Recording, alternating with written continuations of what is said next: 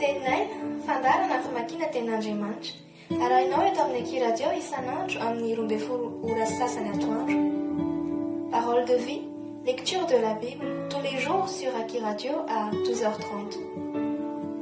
Wort des Lebens, jeden Tag eine biblische Lektüre um 12:30 Uhr im Aki Radio. Iarahanao amin'ny rahavavy aina. Teninay, teny mahavelona.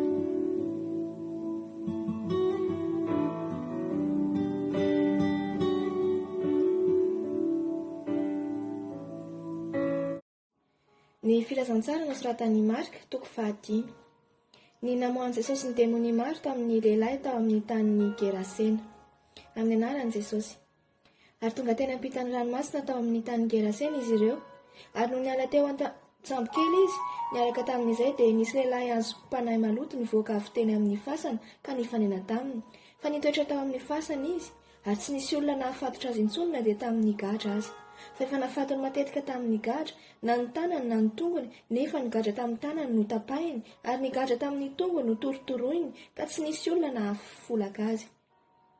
Ary mandrakariva, na andro na alina, dia nitoetra tena amin'ny fasana sy tena tendrombohitra izy, ka ninanana sady nitetena tamin'ny vato. Fa no nahitany Jesosy teny lavitra eny izy, dia niazakazaka ka nikohoka teo anatreny, sady niazo tamin'ny feo mahery hoe: moa mifanena akory izao sy ianao ry Jesosy zanak'Andriamanitra avy indrindro. Mampianianiko amin'Andriamanitra ianao, aza mampijaly ahy, satria Jesosy efa nanao taminy hoe mivoha amin'ity lehilahy ity rehefa nahy maloto. Dia nanontany azy Jesosy hoe iza moa no anaranao? Ary izy namaly hoe Legiona ny anarako, satria maro izahay. Ary nifona mafy taminy izy mba tsy horohay niala amin'izany tany izany. Ary nisy kisoa maro andiany iray nandrasana teny akaiky ny tendrombohitra. Ary nifona taminy ireo ka nanao hoe alefasa izahay ho any anatin'ny kisoa mba hiditra any aminy. Dia nikeny Jesosy. Ary ny fanahy maloto rehefa nivoaka dia niditra tao anatin'ny kisoa, ary ireo kisoa andiany ireo nitretreva teny amin'ny antsana ho any amin'ny ranomasina, tokony 2 no isany, ka dia maty tany amin'ny ranomasina izy. Ary ny mpiandry azy dia nandositra ka nilaza tao an-tanàna sy tany an-tsaha. Dia nandeha ny olona mba hizaha izany zavatra izany, ary tonga tany amin'ny Jesosy izy ka nahita ilay demoniaka izay nisy ny legiona. Fa indro izy mipetraka ny tafilamba sady arisaina ka raiky tahotra ny olona.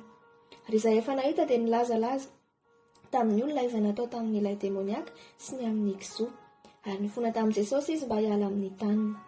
Ary rehefa iondrana teo an-tsambo kely Jesosy dia nangataka taminy ilay demoniaka mba hanaraka azy. Nefa tsy navelan'i Jesosy izy.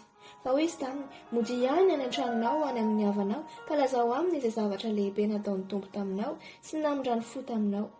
Dia nandeha izy ka nitory tany Dekapolosy izay zavatra lehibe efa nataon'i Jesosy taminy, ka dia gaga ny olona rehetra. Ny nasitra an'i Jesosy ilay vehivavy narary 12 taona sy ny nanangana ny zanaka vaviny Jairo tamin'ny maty. Ary rehefa nita tsambo kely indray Jesosy ka tonga teny ampita, dia nisy vahoaka betsaka tafangana teo aminy, ary teo amoron-dranomasina izy. Dia avy ny anankiray tamin'ny mpanapaka ny sinagoga, Jairo no anarany, ary rehefa nahitany Jesosy izy, dia nikohoka teo amin'ny tongony ka niangafatratra taminy hoe: marary efa ho faty ny zanako vavy kely, andeha re, mametra ny tananao aminy mba ho sitrany izy ka ho velona. Dia nandeha naraka taminy izy, ary nisy vahoaka betsaka nanaraka azy ka nifanety taminy. Ary nisy vehivavy anankiray izay efa narary 12 taona sady efa niaritra zavatra be tamin'ny mpanao fanafody maro ka nandany ny fananany rehetra, nefa tsy nety sitrana, fa vao maika niarary kokoa azy. Koa rehefa nahareny amin'ny Jesosy izy dia nankeo ivony namaky ny vahoaka ary nanendry ny lambany. Fa hoy izy: na dia ny fitafiny ihany aza no voatendriko dia ho sitranao. Ary niaraka tamin'izay dia ritra ny loharanon'aretiny, ka tsaroany tao amin'ny tenany fa sitrana izy. Ary niaraka tamin'izay dia fantatry Jesosy fa nisy hery niala taminy, dia niodina teo afovoan'ny vahoaka izy ka nanao hoe: iza izany nanendry ny lambako izany? Fa hoy ny mpianany taminy: hitanao izao vahoaka mifanety aminao izao, ka hoy ianao va iza ny nanendry ahy? Ary nijery manodidina izy izany vehivavy izay efa nanao izany. Ka raiky tahotra sady tora-kovitra raha vehivavy sady fantany izay natao taminy, ka dia nankeo aminy izy ka nikohoka teo anatreny ary nanambara taminy ny marina rehetra. Ary hoy izy taminy: anaka, ny finoanao no nasitranana anao, mandeha hanasoaman-tsara ary sitrana amin'ny aretinao.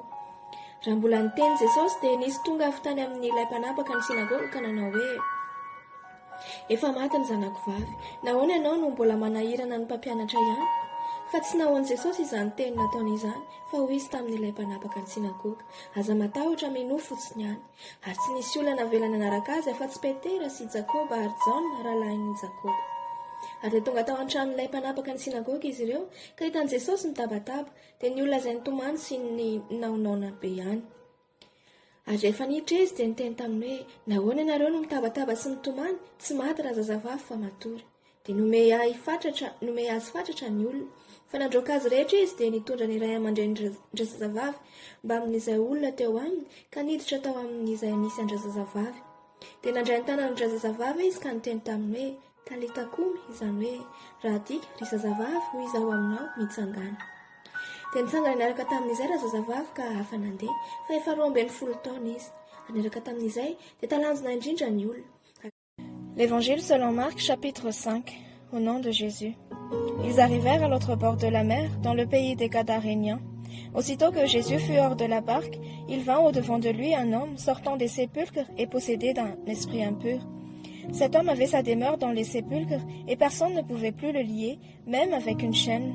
Car souvent, il avait eu le fer aux pieds et avait été lié de chaînes, mais il avait rompu les chaînes et brisé les fers, et personne n'avait la force de le dompter. Il était sans cesse, jour et nuit, dans les sépulcres et sur les montagnes, criant et se meurtrissant avec des pierres. Ayant vu Jésus de loin, il accourut, se prosterna devant lui, et s'écria d'une voix forte, « Qu'y a-t-il entre moi et toi, Jésus, fils de Dieu très haut? Je t'en conjure au nom de Dieu, ne me tourmente pas. » Car Jésus lui disait, « Sors de cet homme, esprit impur. » Et il demanda, « Quel est ton nom? » « Légion est mon nom, lui répondit-il, car nous sommes plusieurs. Et il le priait instamment de ne pas les envoyer hors du pays. Et il y avait là, vers la montagne, un grand troupeau de pourceaux qui passait. Et les démons le prièrent, disant, « Envoie-nous dans ces pourceaux, afin que nous entrions en eux. » Il leur permit. Et les esprits impurs sortirent, entrèrent dans les pourceaux, et le troupeau se précipita des pentes escarpées dans la mer. Il y en avait environ 2000, et ils se noyèrent dans la mer. Ceux qui les faisaient paître s'enfuirent, et répandirent la nouvelle dans la ville et dans les campagnes. Les gens allèrent voir ce qui était arrivé. Ils vinrent auprès de Jésus, et ils vinrent le démoniaque, celui qui avait eu la légion, assis, vêtu et dans son bon sens, et ils furent saisis de frayeur. Ceux qui avaient vu ce qui s'était passé leur racontèrent ce qui était arrivé au démoniaque et au pourceau. Alors ils se mirent à supplier Jésus de quitter leur territoire. Comme il montait dans la barque, celui qui avait été démoniaque lui demanda la permission de rester avec lui.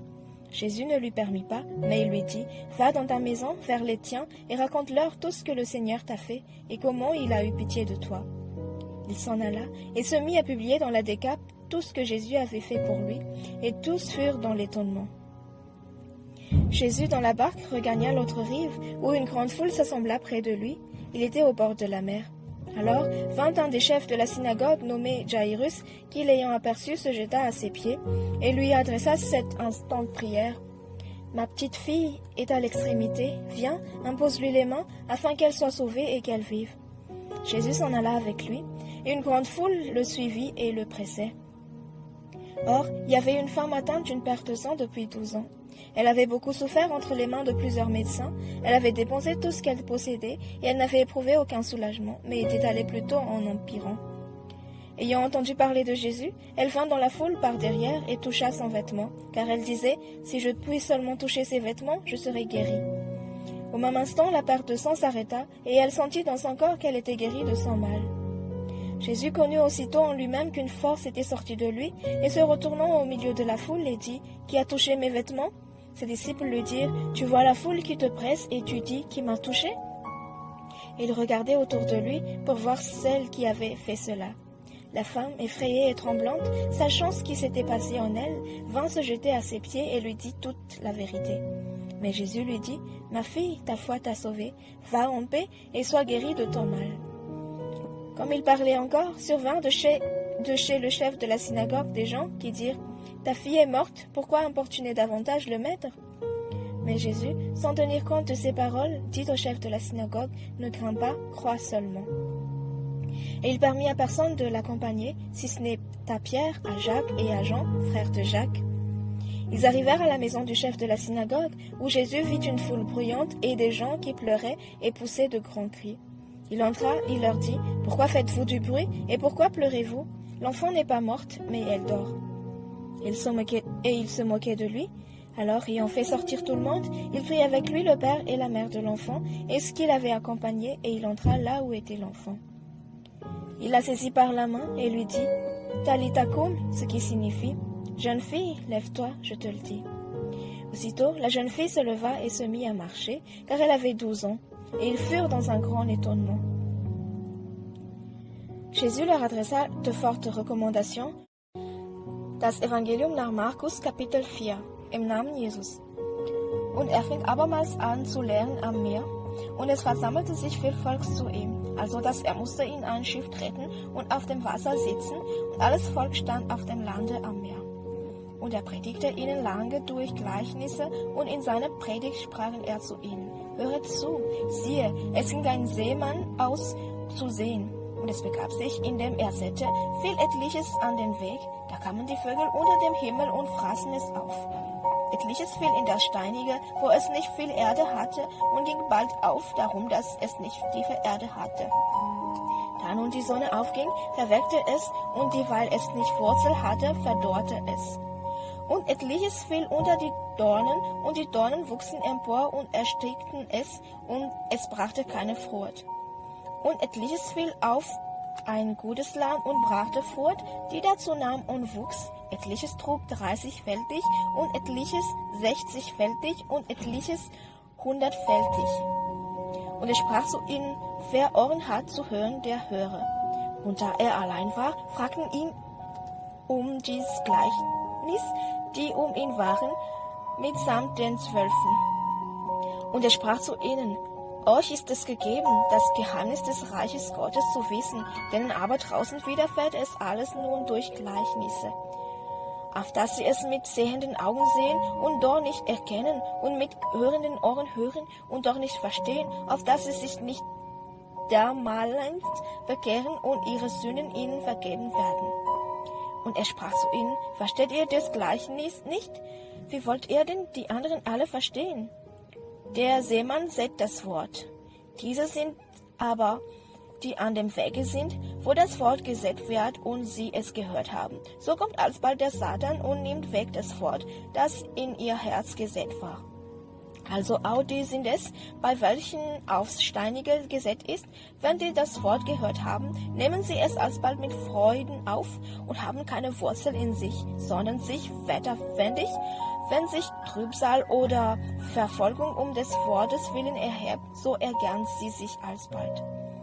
Und diese sind es, bei welchen unter die Dornen gesät ist, die das Wort hören, und die Sorgen dieser Welt und der betrügerische Reichtum und viele andere Lüste gehen hinein und ersticken das Wort, und es bleibt ohne Frucht. Und diese sind es, bei welchen auf ein gutes Land gesät ist, die das Wort hören und nehmen's an und bringen fort, etliches 30-fältig und etliche 60-fältig und etliche 100-fältig. Und er sprach zu ihnen, zündet man auch ein Licht an, dass man es unter einen Scheffel oder unter einen Tisch setze?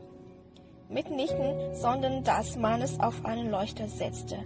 Denn es ist nichts verborgen, dass es nicht offenbar werde, und ist nichts Heimliches, das nicht hervorkomme. Wer Ohren hat zu hören, der höre. Und er sprach zu ihnen, seht zu, was ihr hört. Mit welcherlei Maß ihr messet, wird man euch wieder messen, und man wird noch zu geben euch, die ihr dies hört. Denn wer da hat, dem wird gegeben, und wer nicht hat, von dem wird man nehmen, auch was er hat. Und er sprach, das Reich Gottes hat sich also, als wenn ein Mensch Samen aufs Land wirft und schläft und steht auf Nacht und Tag, und der Same geht auf und wächst, dass er's nicht weiß. Denn die Erde bringt von selbst zuerst das Gras, danach die Ähren, danach den vollen Weizen in den Ähren. Wenn sie aber die Frucht gebracht hat, so schickt er alsbald die Sichel hin, denn die Ernte ist da. Und er sprach, wem wollen wir das Reich Gottes vergleichen und durch welch Gleichnis wollen wir es vorbilden?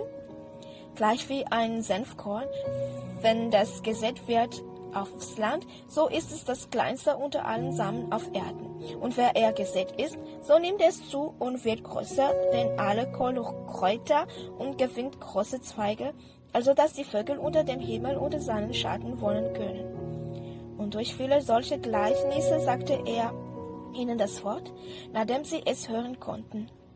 Und ohne Gleichnis redete er nichts zu ihnen, aber in Sonderheit legte er seinen Jüngern alles aus. Und an demselben Tage des Abends sprach er zu ihnen, lasst uns hinüberfahren.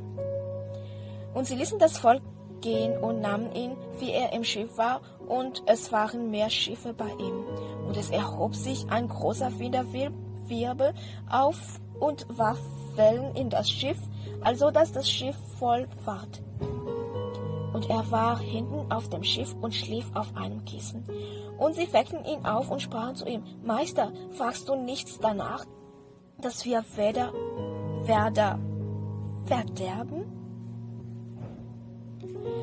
Und er stand auf und bedrohte den Wind und sprach zu dem Meer, Schweig und verstumme. Und der Wind legte sich, und es ward eine große Stille. Und er sprach zu ihnen, wie seid ihr so furchtsam?